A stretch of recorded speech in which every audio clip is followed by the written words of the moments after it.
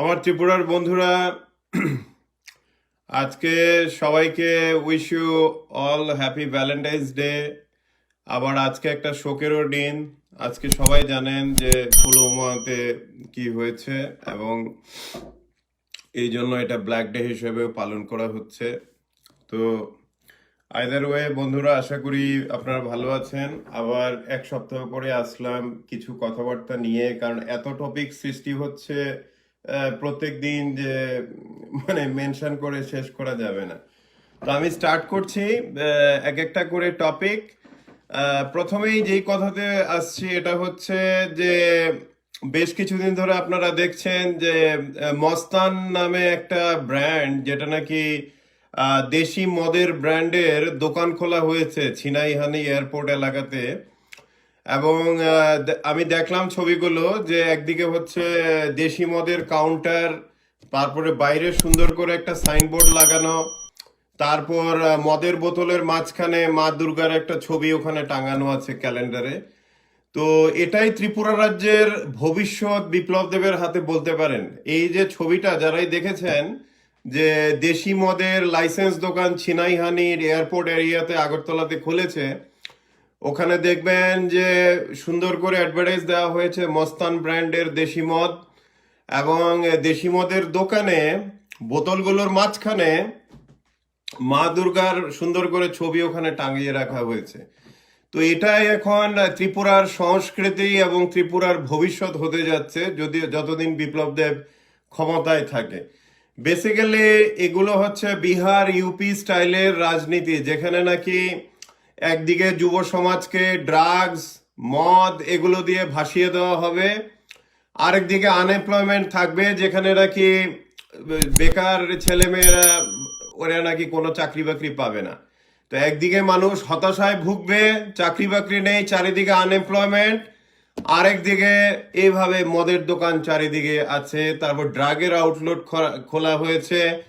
তো আমি বিপ্লব দেবকে ধন্যবাদ জানাবো যে আপনি 3 বছরে কিছু করতে না পারেন, কিন্তু একটা জিনিস সাকসেসফুলি করেছেন, যেটা হচ্ছে ত্রিপুরার কোনায় কোনায় জাবা ট্যাবলেটের দোকান খোলা হয়েছে, জাবা ট্যাবলেটের সাপ্লাই, আর কোনায় কোনায় মদের দোকান আর দেশি মদের ভান্ডার। তো এই এই দিকটাতে বিপ্লব দেব অনেকটাই সাকসেসফুল বলবো ত্রিপুরাতে, যে কোনায় কোনায় মদ ছড়ানো এবং ড্রাগের ব্যবসাটা ছড়ানো, এটা এখন অবধি চলছে এটা। কিন্তু এতে যারা বিজেপিতেও আছেন, যারা নাকি ঠুটো জগন্নাথ হয়ে আছেন বা অন্ধভক্ত হয়ে আছেন বিপ্লব দেবের, যারা আমার কথা শুনছেন, আমার প্রশ্ন আপনাদের কাছে, ত্রিপুরার যুব সমাজকে এইভাবে যে আপনারা সবাই মিলে ধ্বংসের মুখে যে ঠেলে দিচ্ছেন, এইভাবে কোনায় কোনায় দেশি মদের দোকান লাইসেন্স দেওয়া হচ্ছে, চারিদিকে গাঁজা, জাবা ট্যাবলেট, চারিদিকে রমরমা, তো এতে ত্রিপুরার যুব সমাজ কোথায় যাচ্ছে? একে তো এমপ্লয়মেন্ট দিতে পারছেন না, প্রথম বছরে 50,000 সরকারি চাকরি, তারপরে 30 মাসে 7 লক্ষ চাকরি, তারপর বিপ্লব দেবের নিজের এগুলো কথা, এগুলো সব ওর নিজের ভিডিও। তো এইভাবে ত্রিপুরার মানুষকে প্রতারণা করে ক্ষমতায় এসে ভিশন ডকুমেন্টের মাধ্যমে তারপরে 3 বছরে কোনো কাজ না করে, তারপর চারিদিকে খালি মদের দোকান, দেশি মদের লাইসেন্স, চারিদিকে জাবা ট্যাবলেটের রমরমা। তো এখন কথা হচ্ছে বিপ্লব দেব এগুলো কেন করছে? কারণটা হলো যে ডেভেলপমেন্ট করে ত্রিপুরাতে ও কোনো রেভিনিউ বা কিছু জোগাড় করতে পারবে না, কারণ প্রত্যেকটা পার্টি চালাতে হলে খরচ হয়, আপনারা জানেন সবাই। তো এখন ড্রাগ, যারা নাকি গাজার ব্যাপারে বা যারা নাকি জাভা ট্যাবলেটের ব্যাপারে বা যারা নাকি এরকম দেশি মদের বিভিন্ন ধরনের চলছে এগুলো, এখান থেকে যে কমিশনটা আসছে বিপ্লব দেবদের কাছে, এটা দিয়ে ওরা ত্রিপুরায় চালাচ্ছে নিজেদের রাজনীতি, পার্টি, নিজেদের পকেট। আর এছাড়া একটা বড় একটা কমিশন ওদেরকে দিল্লিতে দিতে হচ্ছে। তো এইভাবে ও টিকে আছে বলতে পারেন। তা এখন কথা হচ্ছে, এই যে মস্তান ব্র্যান্ডের দেশি মদ ত্রিপুরা গভর্নমেন্টের লাইসেন্স পেয়ে গেল, এই মস্তান ব্র্যান্ডটা কে চালায়? এই মস্তান ব্র্যান্ডের পেছনে কে আছে দেশি মদের? এই মস্তান ব্র্যান্ডের পুরো মাথা এবং চালায় হচ্ছে বিপ্লব দেবের অনেক আগের পুরনো বন্ধু অঙ্কুশ বাজুরিয়া, দিল্লির। আপনারা সবাই আগে নাম শুনেছেন অঙ্কুশ বাজুরিয়ার। ও বিভিন্ন রকমের ফ্রড কেসে রাজস্থানে চারিদিক থেকে ওর নামে অ্যারেস্ট ওয়ারেন্ট আছে। কোটি কোটি টাকা ও ইউনিয়ন ব্যাংক থেকে ও আর বাবা ভাই মিলে লুটেছে 16 কোটি টাকার মতো। ভুয়ো জমি দেখিয়ে লোন নিয়েছে 16 কোটি টাকা, তারপর হাওয়া হয়ে গেছে, অ্যারেস্ট ওয়ারেন্ট আছে। এছাড়া অঙ্কুশ বাজোরিয়ার নামে রাজস্থান গভর্নমেন্ট থেকে ফ্রড কয়েকজন মানুষের থেকে টাকা নিয়ে দেয়নি, ওই ওই অ্যারেস্ট ওয়ারেন্ট গুলো আছে। তারপরেও অঙ্কুশ বাজোরিয়াকে ত্রিপুরাতে দেশি মদের লাইসেন্স দেওয়া হচ্ছে, বিদেশি মদের লাইসেন্স দেওয়া হচ্ছে। 11টার মতো বোধহয় লাইসেন্সও পেয়েছে বোধহয় আউটলেট। তো এই হচ্ছে বিপ্লব দেবের কাণ্ড কারখানা। তো আপনারা বুঝতে পারছেন, যারা বিজেপিতে আছেন তারাও আপনারা কান খুলে শুনুন, আপনারা যাকে অন্ধভাবে সাপোর্ট করছেন ও কি করছে। ও এরকম অঙ্কুশ বাজুরিয়াদের মতো কিছু বাটপার, কিছু ফ্রড আছে, যাদেরকে নাকি মদের লাইসেন্স থেকে শুরু করে চারিদিকে এইভাবে দেওয়া হচ্ছে। সারা ত্রিপুরাতে কোনায় কোনায় যান, আপনারা ড্রাগ দেখবেন, আপনারা মদের দোকান তো দেখবেনই, এখন দেশি মদের লাইসেন্স দোকান আগরতলাতেই খুলে গেছে। তা এখন কথা হচ্ছে, সমাজে লিকুয়ার বা ড্রিঙ্কস এগুলো রেগুলেট করতে হয়। যারা নাকি গুড অ্যাডমিনিস্ট্রেশন, তারা এগুলোকে রেগুলেট করে, যাতে এটা সাধারণ বা যুব সমাজের মধ্যে, যাতে যুব সমাজটাকে যাতে না ধ্বংস করতে পারে। যুব সমাজ না, শুধু সমাজের সমগ্র অংশের মানুষই। কারণ যেই সমাজে নাকি কোনো চাকরি বাকরি নেই, কোনো ডেভেলপমেন্ট নেই, খালি বাটপারি আর জুমলাবাজি, তো সেই সমাজে হতাশাগ্রস্ত লোকেদের সংখ্যা তো দিনকে দিন বেড়েই চলবে না। তো যেখানে ইয়ং গ্রাজুয়েটরা গ্রাজুয়েট হচ্ছে, কোনো চাকরি নেই, গভর্নমেন্টে চাকরি নেই, বাইরে কোনো চাকরি নেই। তারপরে এক হচ্ছে মিথ্যাবাদী মুখ্যমন্ত্রী, মুখটা খুললে পরেই মিথ্যা কথা। হ্যাঁ, এই চাকরি দিয়েছে, আজকে দিয়েছে 96,000, এক সপ্তাহ আগে দিয়েছে 23,000 গভর্নমেন্ট চাকরি, অথচ কোনো গালে সে লিস্ট পাবলিশ করতে পারলো না। তো এই হচ্ছে ত্রিপুরা রাজ্যের এখন পরিস্থিতি। যাদের চাকরিও ছিল, যেমন 10,330 থেকে শুরু করে বিভিন্ন কন্ট্রাকচুয়াল এমপ্লয়িজ, এমনকি এসএসএ, ওদের এখন কিছু নেই। তো সবাই এখন হতাশাগ্রস্ত চারিদিকে। আর যারা নাকি নতুন গ্র্যাজুয়েট, আপনারা ডক্টর হন, আপনারা টিচার হন, আপনারা জানেন কি অবস্থা। টিএসআর থেকে অনেকে আমাকে ইমেল লিখেছে যে ওরা অ্যাপয়েন্টমেন্ট লেটার নিয়ে বসে আছে 2 বছর ধরে, কিন্তু ওরা জয়েন করতে পারছে না। তো আপনারা বুঝে যান যে এদের বাটপাড়ির লেভেলটা কোন জায়গাতে গিয়ে পৌঁছেছে। একদিকে রতনলাল বিপ্লব দেবরা টাকার বিনিময়ে কিছু নিজেদের লোকজনকে কিছু চাকরি বাকরি দিচ্ছে, খুবই অল্প সংখ্যক। এমন না যে বিজেপিতে যারা আছে তারাই চাকরি পাচ্ছে। আপনারা তো শুনেছেন মুখ্যমন্ত্রীর কথা কদিন আগে, যে বলেছে 2023 অব্দি সবাইকে কষ্ট করতে হবে। এটা বিজেপির কর্মীদের উদ্দেশ্যে বলা, যে 2023 অব্দি সবাইকে কষ্ট করতে হবে। তারপরে কষ্টের পরে এই সময়টার মধ্যে, মানে এখন থেকে 2023-এর মধ্যে, যারা বিজেপির কর্মী বা পৃষ্ঠা প্রমুখ বা যারা বিজেপির ওয়ার্কার, আপনারা বিপ্লবদের থেকে কোনো কিছু আশা করবেন না, কোনো চাকরি আশা করবেন না, কোনো লোন আশা করবেন না, কোনো কিছুই আশা করতে পারবেন না বিপ্লবদের থেকে। আপনারা ঝান্ডা উঠিয়ে, গেরুয়া কাপড় পরে, গলায় গেরুয়া গামছা ঝুলিয়ে জয় শ্রীরাম বলে চলতে থাকুন। তারপর দেখবেন 2023-এর পরে ও পালিয়ে গেছে দিল্লিতে, ও তো কোটি কোটি টাকা বানিয়েছে। তারপর আপনারা ঘোড়ার ডিম বেচবেন তারপর 2023-এর পরে। তো এই হতে যাচ্ছে। তো যারা বিজেপিতে আমার কথা শুনছেন, আপনারা নিশ্চয়ই শুনেছেন বিপ্লব দেবের কথা কদিন আগে, যেখানে ও বলেছে যে আপনারা আমার থেকে, বিজেপি থেকে কোনো কিছু আশা করবেন না। 2023 অব্দি আপনারা কষ্ট করুন, আপনারা চাকরির আশা করবেন না, লোনের আশা করবেন না, কোনো কিছুরই আশা করবেন না, খালি কষ্ট করুন। কষ্ট করে 2023 অব্দি আপনারা ঝান্ডা ওড়ান, জয় শ্রীরাম বলুন, গেরুয়া লাল রঙের জামা পরে, নামাবলি পরে, গলায় ঝুলিয়ে আপনারা জয় শ্রীরাম বলে স্লোগান দিন, অন্ধভাবে চলুন। তারপর দেখবেন 2023-এ বিপ্লব দেব যখন পালিয়ে যাবে হেরে, তখন আপনারা ঘোড়ার ডিম বেচবেন। তো এই হবে আপনাদের পরিস্থিতি, যারা বিজেপিতে এখন আছেন। আমার কথা হয়তো আপনাদের পছন্দ হয় না, অনেক সময় হয়তো তেতো লাগে, কিন্তু কথাগুলো সত্যি। আপনারা চিন্তা, আর ত্রিপুরাতে তো বিজেপি বলে তো কেউ নেই, সবাই কংগ্রেস বা অন্যান্য পার্টি থেকে এসছেন।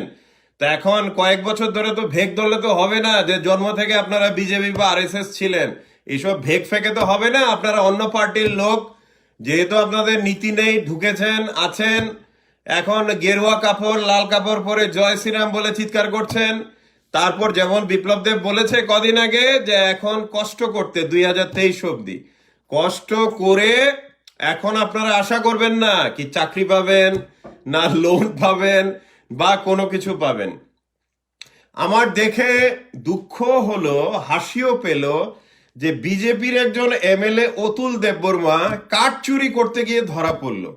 তো এটা তো কি বলবো, মানে খুবই একটা হাস্যকর ব্যাপার।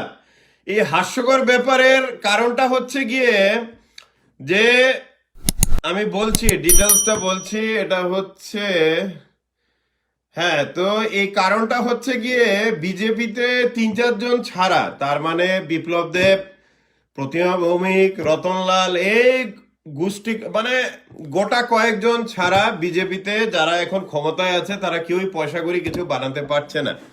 তা এখন দেখা যাচ্ছে যে বিজেপি এমএলএদের ওদের না আছে পোস্ট, না আছে সোশ্যাল স্ট্যান্ডিং, না আছে ওদের ফান্ডিং, যেটা নাকি ওরা ওদের কনস্টিটিউশনের জন্য খরচ করতে পারবে। তো এটা খুবই মানে একটা হাস্যকর ব্যাপার, আবার দুঃখকর। যে এটা হাস্যকর এই জন্য যে বিজেপির এক এমএলএ অতুল দেববর্মা কাঠ চুরি করতে গিয়ে ধরা পড়লেন, তাও আবার পুলিশের কাছে। তারপর পুলিশ পরিচয় জানতে পেরে ওটা ছেড়ে দিয়েছে। কিন্তু এটা হলো মানে হাস্যকর সাইডটা। এবার দুঃখের সাইডটা দেখুন, বিজেপির এমএলএদের রুলিং পার্টিতেও থেকে ওদের কোনো ইনকাম নেই, কোনো ফান্ডিং নেই, কিছু নেই। তো ওরা কি করবে? কার্ড স্মাগলিং করবে, কার্ড চুরি করবে। তারপর আপনারা জানেন যে কয়েক মাস আগে আগরতলার কি বলে রাজবাড়ির দিঘি থেকে মাছ চুরি করতে গিয়ে ধরা পড়েছিল আরেক নেতা। তো এটা হচ্ছে গিয়ে যে ওদের কোনো ইনকাম নেই, তো এদের কাছে কোনো অপশন নেই, এখন কিছু একটা করে তো খেতে হবে। কারণ অনেক স্বপ্ন দেখেছিল যে বিপ্লব দেব মুখ্যমন্ত্রী থাকলে বিজেপির সবার বাড়িতে সোনার ডিম আসবে, সবাই সুন্দরভাবে মানে কি বলবো অনেক ধনী হয়ে যাবে। হ্যাঁ, কিছু ধনী হয়েছে। আপনি যদি জাভা ট্যাবলেটের ব্যবসা করতে পারেন, গাঞ্জার রমরমা চাষ করতে পারেন, যেমন চলছে মোহনপুর বা বিভিন্ন বর্ডার এলাকাতে, বক্সনগর, ওখানে ওইসব জায়গাতে আপনারা দেখবেন, আপনারা যদি এসব করতে পারেন, গাঁজার চাষ করতে পারেন, জাভা ট্যাবলেট বিক্রি করতে পারেন, তাহলে বিপ্লব দেব থেকে আপনারা আশা করতে পারেন যে কিছুটা আপনারা পাবেন। তো এবার বন্ধুরা আমি এই টপিকে এসেছি, এটা হলো যে 10,300 দেশের অনেকেই আমার সাথে যোগাযোগ করেছেন। আপনাদের উদ্দেশ্যে আমার মেসেজ হবে, আপনারা আন্দোলনে অনেকটাই জয়ী হয়ে গেছেন। কারণ হচ্ছে যখন আপনারা সেক্রেটারিয়েট অবরোধ করেছিলেন কয়েক মাস আগে, বিপ্লব দেব আপনাদের ডাকতে বাধ্য হয়েছিল এবং অক্টোবরের 3 তারিখ আপনাদেরও প্রমিস দিতে বাধ্য হয়েছিল যে আপনাদের 2 মাসের মধ্যে সমস্যার সমাধান করবে। 2 মাসে তো পারেনি। ও এক পান দোকানও চালানোর যোগ্যতা নাই, ও কি করে গভর্নমেন্ট চালাবে? আর আপনাদের চাকরিও কোনো কালে দিতে পারবে না। তারপরে আপনারা যখন আন্দোলনে গেলেন সিটি সেন্টারে, তখন সে 2 মাস ধরে ভয়ে কাঁপছিল। সেটাও আপনাদের 10,300 দেশের টিচারদের আপনাদের একটা বিশাল বড় অ্যাচিভমেন্ট। তারপর ও যখন দেখলো যে এবার 10,300 দেশ ওকে ঘিরে ফেলবে, সেক্রেটারিয়েট থেকে শুরু করে ওর বাড়ি ঘরে, তখনও কি করলো? কাপুরুষের মতো ও আবার দেখুন মজার জিনিস দেখুন, ও ত্রিপুরা পুলিশকে বিশ্বাস করে না। কিন্তু বিপ্লব দেব ভাবে যে ত্রিপুরা পুলিশের ভিতরে আগের সিপিএম এর সব লোকজন আছে, ওদের ফ্যামিলি। তো বিপ্লব দেব ত্রিপুরা পুলিশকে বিশ্বাস করে না। এই জন্য এই সিটি সেন্টারের সামনে 10,300 দেশের টেন্ট থেকে শুরু করে, চাল ডাল চুরি থেকে শুরু করে, টাকা পয়সা চুরি থেকে ও কাদের নামালো? ও প্যারামিলিটারি, সিআরপিএফ, ওদেরকে ও নিয়ে আসলো। কারণ হচ্ছে গিয়ে বিপ্লব দেব ত্রিপুরা পুলিশের উপর ভরসা নেই যে কথা বললে ওরা শুনবে, ওরকম কিছু নাই।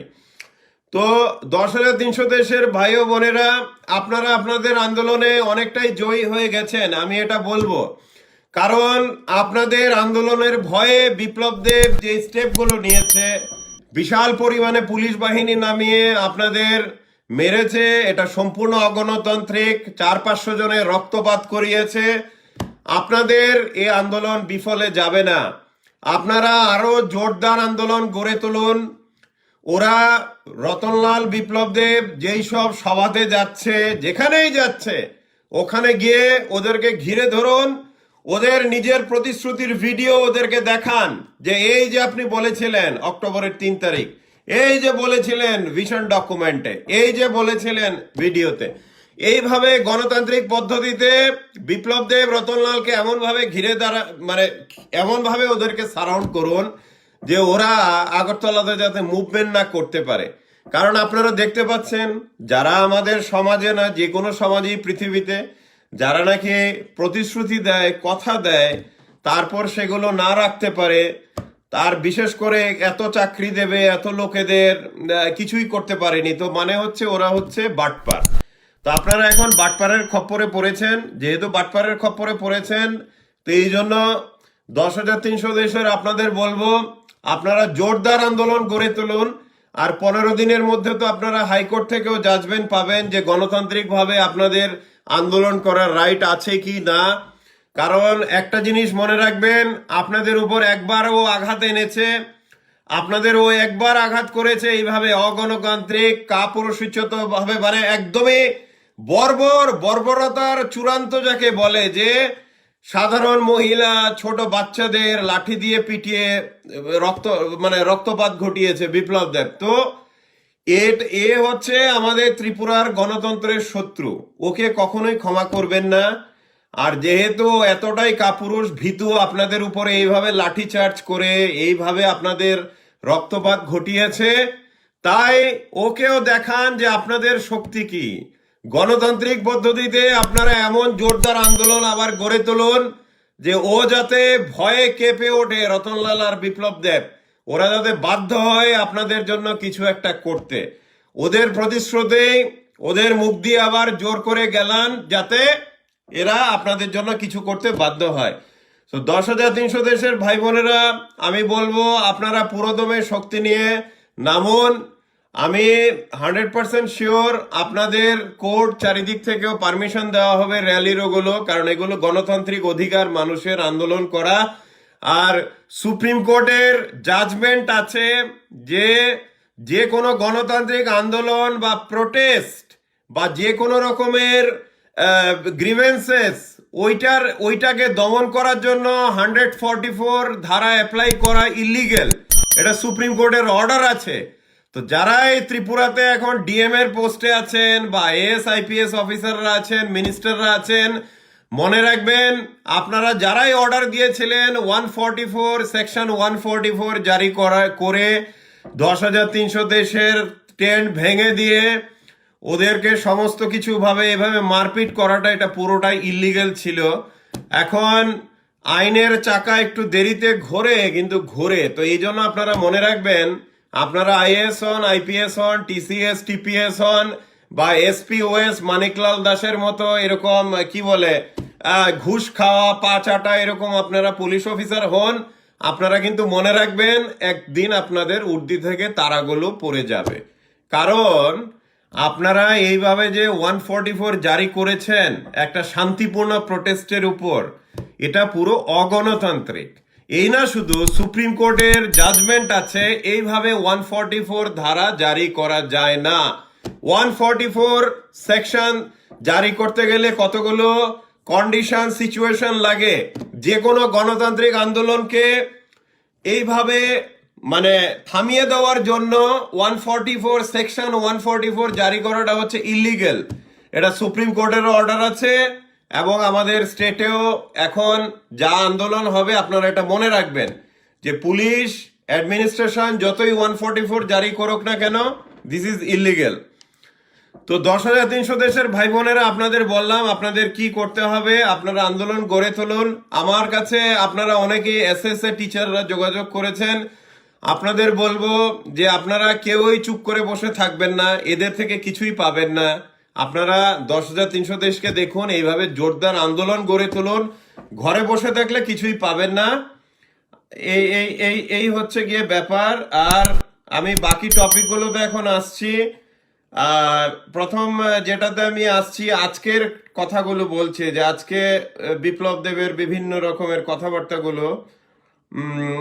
হ্যাঁ, আজকে বলেছেন বিপ্লব বাবু যে ভোটে হারলে হারবো, এমনিতেও রাস্তায় ছিলাম, তারপরেও রাস্তায় থাকবো। হ্যাঁ, রাস্তায় তো অবশ্যই থাকতে হবে, কারণ বাটপারি করে ক্ষমতায় আসলে পরে দুটো জিনিস হয়। প্রথমটা হচ্ছে বিশালগড় জেলে গিয়ে ওখানে হাফ প্যান্ট পরে থাকা, নয়তো রাস্তায় ঘোরা ভিখারি হয়ে, কারণ গণতন্ত্রে বাটপারি করে এভাবে বেশি দিন টেকা যায় না, তো রাস্তায় থাকতে হবে। এটা একদম ঠিক বলেছেন বিপ্লব বাবু, যে আপনি ভোটে হারলে হারবো, এমনিতেও রাস্তায় ছিলাম, তারপরেও রাস্তায়, হ্যাঁ রাস্তায় আপনি থাকবেন, দ্যাট ইজ গ্যারান্টেড। 3 বছরে যা বাটপারি করেছেন, যা 2 নাম্বারি করেছেন, যা স্ক্যাম করেছেন, ক্যান্সার ড্রাগ স্ক্যাম থেকে শুরু করে রিক্রুটমেন্ট, আপনার জেল এবং রাস্তায় থাকাটা মানে একদম গ্যারান্টেড বলতে পারেন কেউ। আর আরেকটা কথা বলি আমি, আচ্ছা আবার আজকে বিপ্লব দেব বলেছে উনি যদি এমএলএ না হতেন, তারপর সিএম বাই কাটিং যাতা, এগুলো কত টপিক বলবো মানে। আচ্ছা, তারপর আপনারা দেখেছেন বিপ্লব দেবের কালকের কথা, যে রবীন্দ্র ভবনে বলছে যে বিজেপি অনেক বছর থাকবে, অপোজিশন পার্টি সিপিএম এর জামানত জব্দ হবে। তো এখন কথাটা হলো যে প্রত্যেকটা ইলেকশনে কি গুন্ডামি করে, মানে বুথ রিগিং করে এইভাবে কি জেতা যায়? প্রত্যেকটা ইলেকশন কি গণতন্ত্র কি মরে গেছে? আর ত্রিপুরায় আমি এখন বলবো, যারাই আমার কথা শুনছেন, আপনারা কংগ্রেসে থাকুন, সিপিএম এ থাকুন, যে কোনো দলে থাকুন, এমনকি বিজেপিতেও যারা আছেন বিপ্লব দেবের উপর বিক্ষুব্ধ হয়ে, এটা বিশাল একটা সংখ্যা, আপনারা সবাই এই যে মানে ত্রিপুরাতে যে এই রকম যে একটা শনি যে এসছে, এই শনির বিরুদ্ধে আপনারা জেগে উঠুন। আপনারা সবাই মিলে যুদ্ধ করুন যাতে ত্রিপুরায় গণতন্ত্রটাকে যাতে ফিরিয়ে আনা যায়। আর অপোজিশন পার্টিদের উদ্দেশ্যে আমি বলবো যে বিপ্লব দেবকে প্রত্যেক দিনই দেখবেন যে বিভিন্ন মাঠে ময়দানে গিয়ে ও বুক ফুলিয়ে বলছে আবার 2023-এ ক্ষমতায় আসবে, তারপর 20-25 বছর ক্ষমতায় থাকবে। এটার কারণ হলো যে ও অলরেডি প্ল্যান করে নিয়েছে যে 2023-এ ইলেকশনটা কি করে করবে। তো 2023-এ আমি যেটা খবর পেয়েছি ওরই কাছের লোকেদের থেকে, কারণ বিপ্লব দেব তো জানে না যে ওর কাছের আশেপাশের লোক, ওর নিজের বাড়ি থেকে সেক্রেটারিয়েটে অফিসে কতজন লোক ওর বিরুদ্ধে আছে, কতজন লোক ক্ষোভে আছে। এবং ওদের থেকে যেটা শুনেছি এটা হলো গিয়ে যে 2023-এর ইলেকশনের 6-7 মাস আগে ঢালাও চাকরির অফার ছাড়া হবে ত্রিপুরাতে, ঢালাও অফার ছাড়া হবে। এই অফারগুলো মানুষ পেয়ে তারপর ফিল আপ করে, তারপর বিভিন্ন রকমের টেস্ট, ওগুলো প্রসিডিওর করতে করতে ইলেকশন চলে আসবে। কিছু মানুষ অ্যাপয়েন্টমেন্ট লেটার পাবে, বেশিরভাগ পাবে না, কিন্তু সবার মনে একটা আশা থাকবে যে ওরা চাকরিতে জয়েন করছে। যেমন টিএসআর বা বিভিন্ন গভর্নমেন্ট ডিপার্টমেন্টে 2 বছর ধরে অনেকে অ্যাপয়েন্টমেন্ট লেটার নিয়ে বসে আছে। তো এই হচ্ছে ওর ফান্ডা বেসিক্যালি, যে ও এটাই করবে, মানুষকে এইভাবে প্রতারিত করে চাকরি দেবে করে এরকম কিছু করবে। দ্বিতীয়, সে যেটা করতে যাচ্ছে, যেই কারণে সে এত কনফিডেন্ট, প্রত্যেকটা সভাতে গিয়ে বলছে যে 2023-এ বিজেপি আসবে, যেমন রবীন্দ্র ভবনে গতকাল না গত পরশু বললো যে জামানত জব্দ হয়ে যাবে সিপিএম এর, কোনো পার্টি আসতে পারবে না। হ্যাঁ, তো এত কিছু এত মানে কনফিডেন্টলি বলার কারণটাই হলো বিপ্লব দেবের যে ও কি করে রিগিং করবে, কি করে ভায়োলেন্স করবে বিহার ইউপি স্টাইলে, এটার পুরো ব্লুপ্রিন্ট হয়ে গেছে। ব্লুপ্রিন্টটা আপনাদের বলে দিচ্ছে কি হবে। ওরা ইলেকশনে 6-7 মাস আগে থেকেই টার্গেট করবে, যেমন ধরুন সিপিএম পার্টি বা কংগ্রেস পার্টি, যে পোলিং এজেন্ট কারা হবে বুথগুলোতে। তো এই পোলিং এজেন্টদের বাড়িঘর পোড়ানো, থ্রেট দেওয়া শুরু হবে। তো আপনারা দেখে নেবেন 2023-এর ইলেকশনের আগে যে সিপিএম বা কংগ্রেস পার্টি পোলিং এজেন্টই খুঁজে পাচ্ছে না, কারণ পোলিং এজেন্ট যেই হবে ওর হয়তো বাড়িঘরে আগুন লাগিয়ে দেবে। এই হলো সন্ত্রাস শুরু হবে। আরেক দিকে কি করবে, পুলিশ এবং অ্যাডমিনিস্ট্রেশন মেশিনারিকে দিয়ে ও কি করবে, এমন একটা পরিস্থিতির মানে এমন একটা পরিস্থিতি ও সৃষ্টি করবে যে মানুষ ওখানে অপোজিশন পার্টিতে দেখবেন ভোটে দাঁড়াতেই ভয় পাবে, ভোটের কয়েক মাস আগে ক্যাম্পেইন করা ওটাতেও ভয় পাবে। তারপর দেখবেন অলরেডি আপনারা জানেন সিপিএম কংগ্রেসের প্রচুর পার্টি অফিস চারিদিকে পোড়ানো হয়েছে, ধ্বংস করা হয়েছে, চারিদিকে একটা সন্ত্রাস চলছে, তো ওইটা আরো বাড়বে। এমন একটা অবস্থায় আসবে 2023-এর আগে, কয়েক মাস আগে, যে বিরোধী দল থেকে পোলিং এজেন্টের কেউ হতে চাইছে না ভয়ে, যেটা নাকি আপনারা পঞ্চায়েত বা অন্যান্য ইলেকশনগুলোতে লক্ষ্য করেছেন, যেটা আপনারা এডিসি ইলেকশনও কিছুটা দেখবেন যখন হবে। কিন্তু 2023-এর ব্লু প্রিন্ট হচ্ছে এমন সন্ত্রাস শুরু হবে, মানে 5-6 মাস আগে থেকে, যে কেউ পোলিং এজেন্ট হতে চাইবে না। তারপর বিরোধী দলের পতাকা নিয়ে মিছিল করা তো দূরে থাক, ওগুলো কিছুই করতে সাহস পাবে না গ্রামে গঞ্জ থেকে শহরে। তো এটা হতে যাচ্ছে।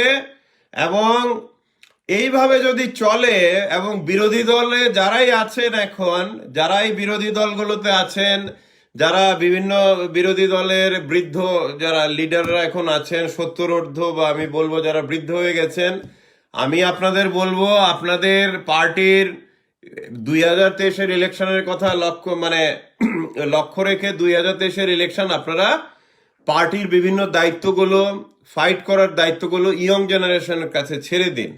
কারণ এখন থেকে আপনারা মনে রাখবেন, এটা বিরোধী দলদের উদ্দেশ্যে বলছি, আপনারা পতাকা নিয়ে তো বেরোতে পারবেনই না যতক্ষণ না পতাকার উপরে তো পতাকা থাকে, পতাকাতেও লাঠি থাকে। তো ওটা যতদিন না ব্যবহার করছেন এবং শুরু করছেন, ততদিন অবধি কিন্তু আপনারা কোনো কিছুই করতে পারবেন না।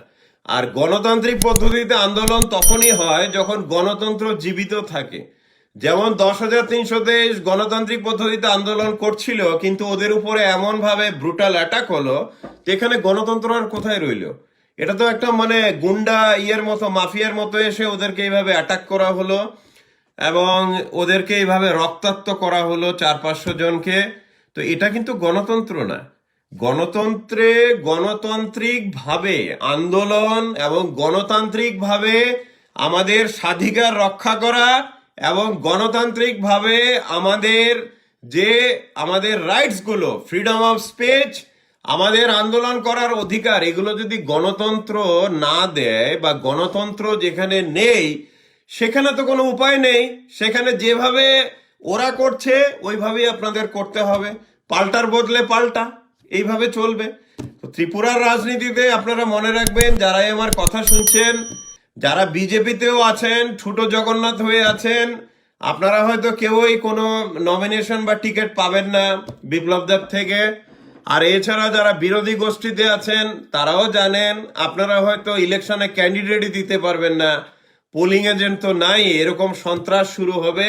তো এই জন্য আমি আগাম জানালাম, যাতে এখন থেকে আপনারা রেডি হতে পারেন, যে 2023-এর ইলেকশনের 1 বছর আগে থেকেই দেখবেন ত্রিপুরাতে কি হচ্ছে। এখন যা সন্ত্রাস হচ্ছে, এর 100 গুণ বাড়বে সন্ত্রাস। তো এই জন্য আপনারা সবাই শক্তিশালী হয়ে, আপনারা সবাই ওইভাবে প্রস্তুতি নিন, যাতে যা হবে হবে, গণতন্ত্রকে ত্রিপুরায় যেভাবে হোক রক্ষা করতে হবে। তারপর হচ্ছে আমি কতগুলো টপিকে আসছি, টপিকে তো শেষ নেই, কারণ বিপ্লব দেব মুখ খোলে, আর এখানে আমি সপ্তাহে একদিন কটা টপিক আমি ধরবো। তো তারপর হচ্ছে গিয়ে, হ্যাঁ, আচ্ছা, তারপর বিপ্লব দেব বলেছে ওর ব্রেন নাকি সিওর ব্রেন, ফেব্রুয়ারির 6 তারিখ, এটা নিয়ে নাই বলা, আপনারা জানেন ওর ব্রেন কিরকম। তারপর ত্রিপুরার ইকোনমি নাকি ওয়েস্ট বেঙ্গল থেকে অনেক বেটার, এটাও বলেছে 6 তারিখ। আপনারা জানেন ওর মুখ দিয়ে তো অনেক কিছুই বেরোয়, সবগুলো কভার করতে গেলে আমার 5-6 ঘন্টাতেও হবে না। তো তারপর আমি আসছি যে টপিকটাতে, এটা হচ্ছে যে আপনারা দেখতে পাচ্ছেন সারা ত্রিপুরাতে এমজিএন রেগা কিভাবে অ্যাটাক করছে, ওয়ার্কাররা, কারণ এরা কিছুই পাচ্ছে না। এবার একটা মজার জিনিস দেখবেন বিপ্লব দেবের আন্ডারে, আমি যেমন 1-2 লাইভ আগে রতনলালের গাজার যে সম্পদ, গাজার মোহনপুরের যে ওর গাজা সাম্রাজ্যে যে এত খতিয়ান দিলাম, এখন ওদের কাজকর্ম একটু কমেছে, কিন্তু গাজা এবং এসব ব্যবসা কিন্তু চলছে। তো সারা ত্রিপুরাবাসী আপনারা জানেন যে বিজেপি এমএলএ অতুল দেববর্মা কাঠ চুরি করে, কাঠ স্মাগলিং করতে গিয়ে ফরেস্ট ডিপার্টমেন্টের হাতেই ধরা পড়েছে। তো এই হচ্ছে এখন প্রবলেম, যে চারিদিকে এরকম চুরি চামারি বাটপারি ছাড়া কোনো রাস্তা নেই। তারপর হচ্ছে গিয়ে প্রত্যেকদিন আপনারা দেখতে পাচ্ছেন, কালকেও এমবিবি লেকে ডেড বডি। হ্যাঁ, তো এখন ত্রিপুরাতে যারা আছেন অপোজিশনে, বা যারা বিজেপিতেও আছেন আমার কথা শুনছেন বা শুনবেন, আপনারা ত্রিপুরাতে এটা হচ্ছে নিউ নর্মাল, মানে ঘুম থেকে উঠেই শুনতে পাবেন মার্ডার চারিদিকে স্টেটে। তারপর আপনারা আস্তাবল ময়দানে যেখানে নাকি মঞ্চটা আছে ওটার ভেতরে যান, গেলে পরেই দেখতে পাবেন শয়ে শয়ে ড্রাগের সিরিঞ্জ চারিদিকে পড়ে আছে। তো সারা ত্রিপুরা রাজ্যে এখন কি হচ্ছে, এই পরিমাণে ড্রাগ আর মদ ছড়ানো হয়েছে যে একটা বিশাল একটা মানে একটা একটা বিশাল একটা মানে পার্সেন্টেজ বলবো যে যুব সমাজ কি করবে, চাকরি নেই বাকরি নেই কিছু নেই, কোনো রোজগার নেই। তো এখন ওরা এই ড্রাগস এবং লিকুয়ার, তো ন্যাচারালি এসব নিলে পরে মার্ডার ক্রাইমস তো এগুলো বাড়বেই। তো আপনারা এখন থেকে ত্রিপুরাবাসী যারা এখনো ভক্ত আছেন, যারা এখনো গেরুয়া রঙের নামাবলী বা শার্ট পরে জয় শ্রীরাম বলে চিৎকার দিচ্ছেন বিপ্লব দেবের পিছনে, আপনারা দেখতে থাকুন। প্রত্যেকদিন মার্ডার হবে, রেপ, এগুলো সব বাড়তেই থাকবে, কারণ প্রচুর পরিমাণে ড্রাগ ছড়ানো হয়েছে। তারপর দেখুন এই বাটপার কি বলেছে। এই বাটপার ফেব্রুয়ারির 11 তারিখ বলেছে যে সাবরুমের মৈত্রী বীজ থেকে নাকি 3 লাখের মতো রোজগার হবে। তো আপনারা তো জানেন যে রোজগার যখন ও বলে এটার মানে কি, মানে পুরোটাই বাটপারি, কিছুই হবে না। হুম তারপর আমি কত টপিক বলবো, মানে এত টপিক। এই যেমন শান্তির বাজারে বলেছে 11 তারিখ Biplab Deb, the BJP will never be defeated in Tripura. বিজেপিকে ত্রিপুরায় কেউ ডিফিট করতে পারবে না। তো ঠিক আছে, দেখা যাবে কি হয়। কিন্তু বিপ্লব দেব মনে রাখবেন, ও যতই উল্টোপাল্টা বকুক, যাই কিছুই করুক, ও বেসিক্যালি ও একটু বোকা টাইপের। ওর পেটের ভিতরে কিন্তু কথা জমে থাকে না, ও বোকার মতো সব বলে দেয়। তো যখনই দেখবেন বিপ্লব দেব চিৎকার করে বলছে যে বিজেপি ছাড়া অন্য কোনো পার্টি ত্রিপুরায় ক্ষমতায় আসবে না এবং আমি মুখ্যমন্ত্রী থাকবো 20-25 বছর বা আরো বেশি, এটার মানে হলো যে ও কি করে সন্ত্রাস চালিয়ে, একদিকে সন্ত্রাস চালাবে আর এদিকে বুথগুলো রিগিং করবে, করে ও কিভাবে ক্ষমতা দখল করবে 2023-এ, এটারও ব্লু প্রিন্ট অলরেডি বানিয়ে ফেলেছে ও। বানানোতেই ওর মধ্যে এত সেলফ কনফিডেন্স যে প্রত্যেক দিনে ও বলছে অপোজিশন পার্টির জামানত জব্দ হবে, তারপর কি বলে বিজেপি ছাড়া কেউ আসবে না, আমি মুখ্যমন্ত্রী থাকবো। এই যে কথাগুলো বলছে বিপ্লব দেব, এটার মানে হলো যে ও অলরেডি ব্লু প্রিন্ট বানিয়ে ফেলেছে ও কি করতে যাচ্ছে 2023-এ। তো যাই হোক, আপনাদের কাছে আমি বলবো, দেখুন বিজেপিতে এতজন মিনিস্টার আছে, আমি তো কাউকে নিয়ে কথা বলি না, খালি এই দুই বাটপারকে নিয়ে কথা বলতে হয়, রতনলাল আর বিপ্লব দেব। তো আরেকটা আমি মজার একটা নিউজ দেখলাম, এটা এসছে ইউএনআই নিউজ এজেন্সি, ন্যাশনাল মিডিয়াতে এসছে, BJP wants to rule Nepal and Sri Lanka.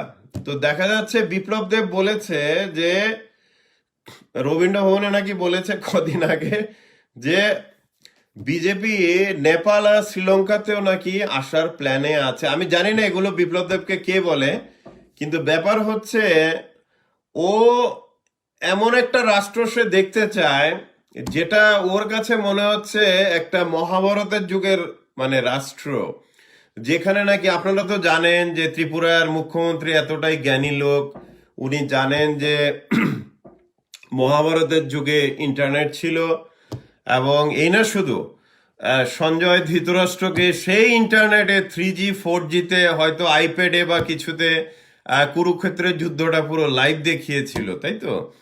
তো যেই লোকের এত জ্ঞান, যে নাকি কতগুলো সায়েন্টিস্টের সামনে 2018-এ প্রজ্ঞা ভবনে কতগুলো মানে অনেকজন সায়েন্টিস্ট ছিলেন, ইঞ্জিনিয়ার ছিলেন, দিল্লি থেকে বাইরে থেকে এসছিলেন, ওদের সামনে যেই লোক জোর গলায় বলতে পারে যে মহাভারত কা টাইম মে ইন্টারনেট থি, তারপর ধৃতরাষ্ট্র সঞ্জয় ইন্টারনেট দেখেছে। তো এই যে ও যে জোর গলায় যে এই কথাগুলো যে বলে, হ্যাঁ, महाभारत का टाइम में सैटेलाइट थी, इंटरनेट था, आप लोग जो कर रहे हैं नया कुछ नहीं है, वो सब থা। তো এই যে নাকি এরকম পাগলের মতো প্রলাপ বকতে পারে যে নাকি মহাভারতের যুগে ইন্টারনেট ছিল, আবার সে জোর গলায় বলছে মহাভারতের যুগে নাকি স্যাটেলাইটও ছিল। তো ওর ব্রেন যে বাংলা মদ গাঁজা আর বিভিন্ন জিনিস খেয়ে যে কোন অবস্থায় আছে, এটা যারা অপোজিশন পার্টিকে ছেড়ে দিলাম, যারা বিজেপিতে আছেন বিচক্ষণ লোক নামাবলী দিয়ে ঘুরে বেড়াচ্ছেন, আপনারাই ভাবুন যে এই লোককে মুখ্যমন্ত্রী রেখে আপনাদের লাভটা কি হলো। এটা তো কোনো কিছু তো হলো না লাভ। আপনাদের পার্টি থেকে শুরু করে পলিটিক্যাল কেরিয়ার কিছুই থাকবে না এই মূর্খ যতদিন থাকবে পাওয়ারে। তো এই মূর্খ দেখা যাচ্ছে সে একটা হিন্দু রাষ্ট্রের সে স্বপ্ন দেখছে। বাই দ্য ওয়ে, এইসব মূর্খদের কাছে হিন্দু রাষ্ট্র মানে কি জানেন তো? এদের কাছে হিন্দু রাষ্ট্রটা হচ্ছে যে বহু বিবাহ প্রথা আবার শুরু হবে, সতীদাহ প্রথা শুরু হবে, তারপর সবাই নামাবলী পরে ঘুরে বেড়াবে। তো বিভিন্ন রকমের যেগুলো নাকি ভারতীয় সমাজে যেগুলো মানে ক্রাইম বা নোংরামি ছিল, এই সমস্ত জিনিসগুলো আবার ফিরিয়ে আনতে চায়। তা আমি এর কথাতে কত যাব, আমার মানে লাইভের সময় কুলোয় না, অনেক সময় কথাও বলতে ইচ্ছে করে না এই মূর্খকে নিয়ে। কিন্তু হ্যাঁ, আবার এই যেমন বলেছে যে কোভিড-19 টট আস, এটা আজকের কথা। বিপ্লব দেব বলেছে কোভিড-19 আমাদের অনেক কিছু শিখিয়েছে, কিন্তু প্রাইম মিনিস্টার মোদিজি কোভিড-19 শিখিয়ে দিয়েছে, লেসন দিয়েছে। তো আপনারা এই ভিডিওটা আছে চারিদিকে সোশ্যাল মিডিয়াতে, দেখে নেবেন যে কিরকম মূর্খ হলে পরে। আর সব জায়গাতে খালি মোদিজি মোদিজি মোদিজি। আরে ভাই, তুমি কি বাঁশের বিস্কুট খাওয়া খোকা নাকি যে মোদিজির কোলে বসে মোদিজির নাম জব করবে? নিজে কি করেছো 3 বছর ত্রিপুরাবাসীর কাছে হোয়াইট পেপার পাবলিশ করো। যদি কোনো দম থাকে ত্রিপুরাবাসীর কাছে বিপ্লব দেবের পাবলিশ করা উচিত যে ও কটা চাকরি দিয়েছে। 96,000 যদি চাকরি দিয়ে থাকে, 23,000 গভর্নমেন্ট চাকরি দিয়ে, তো লিস্ট কোথায়? কোথাও লিস্ট নেই। আর প্রত্যেকদিন প্রোগ্রামে খালি মোদিজি মোদিজি মোদিজি। তা আজকে বললো যে কোভিড-19 করোনা নাকি আমাদের সবাইকে বিশাল বড় লেসন শিখিয়েছে, কিন্তু মোদিজি করোনাকে শিখিয়েছে অনেক বড় লেসন, মানে করোনা পালিয়ে গেছে, এই বিপ্লব দেব বলতে চেয়েছে। তারপর আমি কি বলবো, মানে কত যে টপিক, এটা মানে কি হয় যে আচ্ছা আজকে আবার বলেছেন বিপ্লব দেব, আপনারা দেখে নেবেন। আমি জানি না ও মানে কি যে বলবো, মানে কোন ঘাটের জল যে খায় ও প্রত্যেকদিন রাত্রে। People don't want anything. আজকে বিপ্লব দেব বলেছে পাবলিকের কিছু চাই না, যদি আমি ওদের সাথে একটা সেলফি তুলি তাহলেই পাবলিক খুশি হয়ে যায়। তো এটা হচ্ছে আজকে বিপ্লব দেবের বক্তব্য। তা আপনারা বলুন তো যে কোন ব্র্যান্ডের বাংলা খেলে পরে রাত্রেবেলা পরের দিন এরকম ভাষণ বেরোয় পেটের থেকে? তো এটা আপনারাই ডিসাইড করুন, আমি আর কি বলবো। তো তারপর হচ্ছে গিয়ে কি বলবো, মানে লিস্ট এত বড় না, মানে সময়ে কুলোবে না এই live live live live live করতে গিয়ে। আচ্ছা, তারপর হয়েছে বিপ্লব দেব বলেছে যে আনএমপ্লয়েডদের ইউথে 2023 অব্দি ওয়েট করতে, কষ্ট করতে, এটা আমি আগেও বলেছি। এবং কষ্ট করতে যারা বিজেপিতে আছে, যারা বিজেপিতে নামাবলী গায়ে দিয়ে গেরুয়া রঙের সমস্ত শালু টালু পরে ঘুরছেন, ওদের উদ্দেশ্যে বিপ্লব দেবের বক্তব্য হচ্ছে আপনারা 2023 অব্দি কষ্ট করুন, চাকরি বাকরির কোনো আশা করবেন না, লোন তো দূরে থাক, আপনারা করে যান আপনাদের কাজ। 2023 আমি ক্ষমতায় আসি, তারপর আপনাদের দেখবো যে আমি কি করতে পারি। তো আপনারা সবাই জানেন। বাই দ্য ওয়ে, আমি একটা কথা বলতে চাই, দেখুন ত্রিপুরা বিজেপিতে কিছু ভালো কিছু মানুষ আছে, যেমন ধরুন ডেপুটি সিএম জিষ্ণুদেব বর্মন বলুন, অনেকেই আছে যারা নাকি মানে ফেয়ারলি অ্যাকসেপ্টেবল এবং public that they are honest বা স্ট্রেট পিপল। তো আপনারা যারাই বিজেপিতে আছেন, যারাই আমার কথা শুনছেন, আপনারা চোখের সামনে দেখতে পাচ্ছেন, এক হচ্ছে রতনলাল বাটপার, আরেক হচ্ছে বিপ্লব দেব। এরা কি করছে? আপনাদের পার্টি তো ধ্বংস হলোই, আপনাদের নিজেদের কেরিয়ারও ধ্বংস, যদি না আপনারা যদি গর্জে দাঁড়ান। আচ্ছা, এবার একটা আমি খবর পেয়েছি, এটা এখনো আমরা ডকুমেন্ট হয়তো পাবো কিছুদিনের মধ্যে। খবরটা হলো বিপ্লব দেব কিন্তু 2 হাতে কামিয়ে নিচ্ছে, কিন্তু এটা বিজেপির যারা আছেন তাদের উদ্দেশ্যে বলছি, 2 হাতে কামিয়ে নিচ্ছে। শুনলাম অঙ্কুশ বাজোরিয়া মানালিতে 18 কোটি টাকাতে বড় একটা ফার্ম হাউসের কি বলে, একটা ফার্ম হাউস এটা কিনেছে, এবং এটা অঙ্কুশ বাজরিয়াদের হলেও আসলে এটা বিপ্লব দেবের হবে আর কি, 18 কোটি টাকা। তো আপনারা দেখুন, বিপ্লব দেব দু হাতে কামিয়ে নিচ্ছে, এটা যারা বিজেপিতে আছেন তারাও জানেন। তো এই হচ্ছে ত্রিপুরার এখন পরিস্থিতি। আর এছাড়া আজকে যে টপিক যে আছে আর ওয়াটার ক্রাইসিস, তারপর চরিলামে স্কুলে, মানে কত বলবো, মানে চারিদিকে একটা নৈরাজ্য নৈরাজ্য চলছে সারা ত্রিপুরাতে। গভর্নেন্স বলে তো কিছু নেই, চারিদিকে একটা নৈরাজ্য চলছে। তো ত্রিপুরা বিজেপিতে মানে শিক্ষিত মানুষদের অবস্থাটা খুবই করুণ। যারা বিজেপি করছেন কিন্তু ত্রিপুরা বিজেপিতে আছেন, শিক্ষিত মানুষদের অবস্থা খুবই করুণ। আজকে আমি দেখলাম যে প্রতিমা ভৌমিকের বিজেপি পার্টি অফিসে একটা প্রেস কনফারেন্স চলছে, পাশে দেখলাম যে ডক্টর অশোক সিনহা প্রায় ঘুমেই পড়ে যাচ্ছে, ঘুমে ঢুলঢুল করে পড়ে যাচ্ছে। ওই ভিডিওটা আছে, চারিদিকে দেখে নেবেন। তো এতে বোঝা যায় যে যারা বিজেপিতে শিক্ষিত ওদের কোনো ইন্টারেস্ট নেই এই গরু ছাগলের কি বলে কাজ বা কথা কথা শুনতে। তো তারপর আমি যেটাতে আসছি টপিকে, অনেকটাই তো কথা হয়ে গেল। যেটাতে আসছি এটা হচ্ছে যে জিবি হসপিটাল নিয়ে। তো জিবি হসপিটালে আপনারা জানেন যে প্রত্যেক দিন মৃত্যু চলছে, এটা কোনো থেমে নেই। আমার সাথে আমার পরিচিত একজন অ্যাডভোকেট আত্মীয় মারা গেছে জিবি হসপিটালে অক্সিজেনের অভাবে, কিন্তু প্রোটেস্ট করতে ভয় পায় যদি না আবার মার খায়। তো জানেন যে এখন জিবি হসপিটালে যে একজন ভিজিটিং নিউরোসার্জন ছিল, নিউরোসার্জন নেই, অক্সিজেনের পাইপের এখনো সমস্যা, প্রত্যেক দিন মৃত্যু হচ্ছে। কিন্তু বিপ্লব দেব এই যে মানে ডাবল হীরা নাকি আবার হীরা প্লাস, এটার ঢাকঢোল সে বাজিয়ে যাচ্ছে দিনের পর দিন। তো বন্ধুরা, আপনারা যে পার্টিতে থাকুন না কেন, বিজেপিতে থাকুন, অপোজিশনে থাকুন, এটা কথা না। কথাটা হলো এরকম ত্রিপুরা রাজ্যকে আপনারা দেখতে চেয়েছিলেন, যেখানে নাকি একদিকে বাটপাড়ির মতো প্রত্যেকদিন মুখ খুললে বাটপাড়ি আলাপ, লক্ষ লক্ষ চাকরি দেওয়া হয়েছে, আরেকদিকে ওই একই লোক ড্রাগ মাফিয়ারদের থেকে কমিশন পাচ্ছে, চারিদিকে নৈরাজ্য চলছে, লোডশেডিং থেকে শুরু করে হসপিটালগুলোতে কিছু নেই, অক্সিজেনের পাইপগুলো অব্দি মানে শেষ, চারিদিকে এরকম নৈরাজ্য চলছে সারা ত্রিপুরাতে। তো চাকরি বাকরি তো নেই। সিপিএম কংগ্রেস ফ্যামিলি তো বাদ দেন, যারা বিজেপিতে আছে এরাও চাকরি বাকরি নেই।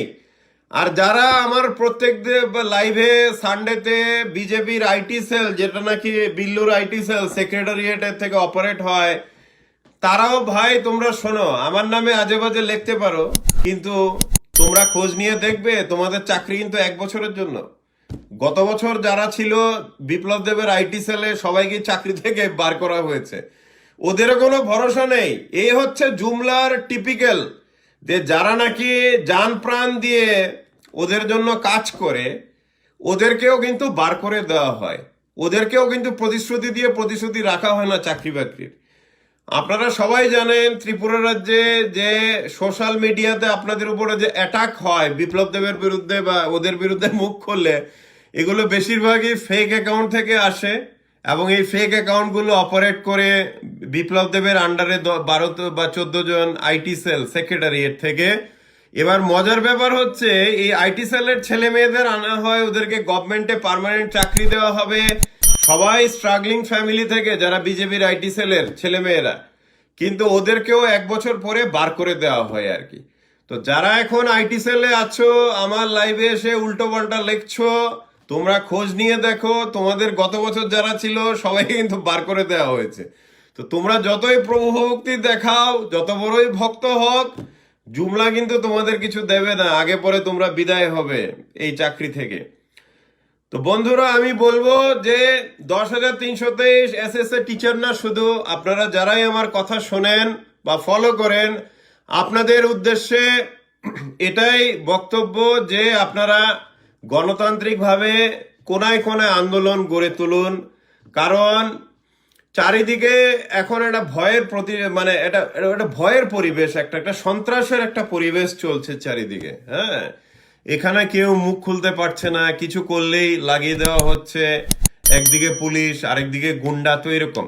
তো গণতন্ত্র কি হয়, গণতন্ত্রে ঠিক যেমন প্রেসার কুকারের মতো সেফটি ভালভটা যদি ঠিক না থাকে, গণতন্ত্রে মানুষকে প্রোটেস্ট করতে দেওয়াটা হচ্ছে প্রেসার কুকারের সেই সেফটি ভালভের মতো, অনেকটা ওটা দিয়ে কিছুটা বেরিয়ে যায়, মানুষের ক্ষোভ বা ওদেরকে এগুলো করতে দিতে হয়। কিন্তু গণতন্ত্রে যদি গণতান্ত্রিক আন্দোলনটাকেই না করতে দেওয়া হয় এবং এইভাবে অগণতান্ত্রিক বর্বরভাবে যদি গণতান্ত্রিক আন্দোলনটারই মুখ বন্ধ করে দেওয়া হয়, তাহলে যেটা হয় এটা হচ্ছে প্রেসার কুকার, যেমন ব্লাস্ট হয়ে প্রচুর মৃত্যু হয়, ওরকম হয় কিন্তু গণতন্ত্রে। তো এখন আপনারা যেটা দেখতে পাচ্ছেন, ত্রিপুরা না শুধু, রেস্ট অফ দ্য ইন্ডিয়া, ভারতবর্ষে এটা হচ্ছে আমাদের গণতন্ত্রের উপরে চারিদিকে বিশালভাবে যে অ্যাটাকটা এসছে, সেই অ্যাটাকের বিরুদ্ধে এখন মানুষ জেগে উঠছে। আপনারা দিল্লিতে যে ফার্মার প্রোটেস্ট এগুলো দেখছেন, এগুলো খালি শুরু হয়েছে, এগুলো আরো বাড়বে, দিনকে দিন মানুষ জেগে উঠবে। আর ত্রিপুরাতে আপনারা যারা আমার কথা শুনছেন, আপনারা বোকার মতো ভয় পেয়ে একখানে লুকিয়ে থাকবেন না, কারণ আপনারা হচ্ছেন 37 লক্ষ, আর বিপ্লব দেবের পুলিশ হচ্ছে সব মিলিয়ে খুব সম্ভবত 26 কি 27,000, আর কি গুন্ডা বাহিনী হয়তো হবে 1000 খানেক, সব মিলিয়ে সারা ত্রিপুরা জুড়ে। তো আপনাদের আমি একটা কথা বলি যে ভারতবর্ষর মানে ইন্টারন্যাশনাল, আপনারা জানেন time magazine all over the world, এটা একটা মানে খুব রেসপেক্টেড একটা ম্যাগাজিন, টাইম ম্যাগাজিন, এটা সারা ওয়ার্ল্ডে ফলো করা হয়, ইউএস থেকে ইন্ডিয়াতে। তো টাইম ম্যাগাজিনের ডাটা অনুযায়ী ইন্ডিয়াতে দেখুন কি কি হয়েছে গত 5-6 বছরে। প্রেস ফ্রিডম ইন্ডেক্স এখন হচ্ছে 142 out of 180 countries, 4 spots behind Sudan and 3 behind Myanmar. এটা হচ্ছে যে ভারতবর্ষ বা ত্রিপুরাতে এখন প্রেস, মানে আমরা যারা মিডিয়া, আমাদের ফ্রিডম নেই বললেই চলে। সারা বিশ্বের 180টা দেশের মধ্যে ইন্ডিয়ার র্যাঙ্ক হচ্ছে 142, 142 প্রেস ফ্রিডম ইন্ডেক্স। তারপর হচ্ছে হিউম্যান ফ্রিডম ইন্ডেক্স, মানে এই যে 10,300 দেশের ওরা যে প্রোটেস্ট যে করতে পারছেন না বা কেউই গণতান্ত্রিকভাবে প্রোটেস্ট করতে পারছেন না, এই যে হিউম্যান ফ্রিডম, যেটা নাকি কনস্টিটিউশন বা হিউম্যান রাইটস আমাদের গ্যারান্টেড, হিউম্যান ফ্রিডম ইন্ডেক্সে এখন ভারতবর্ষের পজিশন হচ্ছে 111 আউট অফ 162টা দেশের মধ্যে। ঠিক আছে, জাস্ট আপনারা দেখুন। আচ্ছা, এবার আরেকটা কথা বলি, অ্যামনেস্টি ইন্টারন্যাশনাল, যেটা নাকি ইন্ডিয়াতে হিউম্যান রাইটস নিয়ে অনেক কাজ করেছে আগে, ওরা কিন্তু ইন্ডিয়া থেকে অপারেশনটাই গুটিয়ে নিয়েছে।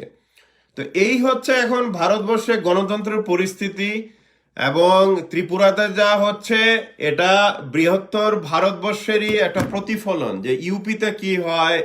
আপনারা তো দেখেছেন ইউপিতে, যারা এখন তো সবাই খবর রাখেন, যে উন্নাও রেপ কেসটা যে ইউপিতে যে হয়েছিল, একটা সাধারণ একটা মেয়েকে একটা বিজেপির এমএলএ রেপ করে তারপর মার্ডার করা হয়েছে। তারপর এই রেপ কেস ধামাচাপা দিতে ওই মেয়েটার পুরো ফ্যামিলিকে মার্ডার করা হয়েছে, ওর বাবাকেও মার্ডার করা হয়েছে, সবাইকে মার্ডার করা হয়েছে।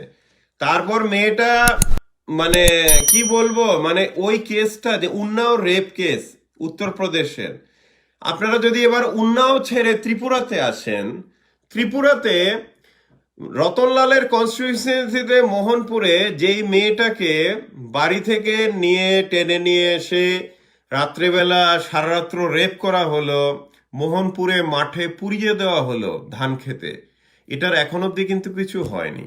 তো এটা কিন্তু গণতন্ত্র না, এটা হচ্ছে এখন স্বৈরতন্ত্র চলছে। এবং বিপ্লব দেব যে এত কিছু করার পরেও যে সে টিকে আছে, কারণ হচ্ছে বিভিন্ন ড্রাগস, জাভা ট্যাবলেট, দেশি মদ, বিভিন্ন জায়গা থেকে সে যে কমিশনগুলো পাচ্ছে কোটি কোটি টাকা, সেই টাকাগুলো বেলানো হচ্ছে, চারিদিকে ডিস্ট্রিবিউট করা হচ্ছে টাকাগুলো। এই টাকাগুলো যেমন পুলিশেও খাচ্ছে, সেটা এসপি ওএস মানিক দাস হোক না কেন, বা ওর কিছু প্রভুরাও খাচ্ছেন চারিদিকে। তো এই জন্য কিন্তু ত্রিপুরাতে এখন একটা স্বনির্দশা চলছে। তো এই জন্য বন্ধুরা অনেকটাই সময় হলে কি করে 1 ঘন্টাতে হয়ে যায় কথা বলে। তো বন্ধুরা আরেকটা কথা আমি বলি, আজকে আমার লাইভের ভিডিওগুলো আপনারা সবাই ডাউনলোড করে রাখবেন এবং সবাই একজন আরেকজনকে গণতান্ত্রিকভাবে সবাইকে জাগিয়ে তুলুন। কারণ এখন ভারতবর্ষ না, শুধু আমাদের ত্রিপুরাতেও গণতন্ত্র প্রতিষ্ঠা করতে বা গণতন্ত্রকে ধরে রাখতে, আমাদের মৌলিক অধিকারগুলোকে রক্ষা করতে আমাদের সবাই মিলে এই সংগ্রামটা করতে হবে। গণতন্ত্র এটা আমাদের সবার অধিকার। এইভাবে যে ছিনিয়ে নেওয়া হয়েছে, এমনকি আমার বিরুদ্ধে কত ফলস কেস, কত কিছু, মানে এরা যেই এদের বিরুদ্ধে মুখ খোলে ওদেরকে টুটি মানে এভাবে চিপে চিপে ধরতে চায়। তো এখন ত্রিপুরাতেও আমি বলবো আপনাদের সবাইকে, যারা এই নরক যন্ত্রণা ভোগ করছেন, আপনারা সবাই গর্জে উঠুন। ছোট ছোট মানে কোনায় কোনায় আপনারা এইভাবে জেগে উঠুন, যাতে যাতে এই ভয়ের যে একটা সন্ত্রাসের পরিস্থিতি একটা যে তৈরি করেছে, এটা যাতে কিছুদিনের মধ্যে যাতে সম্পূর্ণ আমরা ওদেরকে মানে পরাজিত করতে পারি। তো বন্ধুরা এখন যত কিছুই হচ্ছে আপনাদের সাথে, আপনারা আনএমপ্লয়মেন্ট আছেন বা কেউ আপনাদের মেরেছে বা কেউ আপনাদের উপরে অ্যাটাক করেছে, সবকিছুর জবাব একটাই, এটা হচ্ছে সংগ্রাম। স্বাধীনতা সংগ্রাম তখনই হয়েছিল যখন ভারতবর্ষের মানুষদের ব্যক্তি স্বাধীনতাটাকে পুরো মিটিয়ে দেওয়া হয়েছিল, অপহরণ করা হয়েছিল। তখনই কিন্তু স্বাধীনতা সংগ্রাম শুরু হয়েছিল ভারতবর্ষে ব্রিটিশের আমলে। এখনো আমাদের সেকেন্ড ফ্রিডম স্ট্রাগলের সময় এসছে। আমাদের ব্যক্তি স্বাধীনতা নেই, আমাদের উপরে বিভিন্ন দিক থেকে অ্যাটাক আসছে। আমাদের উপরে একদিকে গুন্ডা, আরেকদিকে হচ্ছে সেই ঘুষ খাওয়া, সেই ড্রাগের পয়সা বেতনভোগী পুলিশ থেকে শুরু করে এরা। তো এই যে এরা কিছু আমাদের উপরে এইভাবে অগণতান্ত্রিক ভাবে এইভাবে ওরা আমাদের গণতন্ত্রের যে আমাদের যে মৌলিক অধিকার, ফ্রিডম অফ স্পিচ, এরা এইভাবে আমাদের কণ্ঠবদ্ধ এইভাবে করতে চাইছে। তো এটার বিরুদ্ধে বন্ধুরা আপনারা সবাই জেগে উঠুন। It is time for second freedom struggle for restoring democracy that applies in Tripura as well as outside. Democracy আমাদের বার্থ রাইট।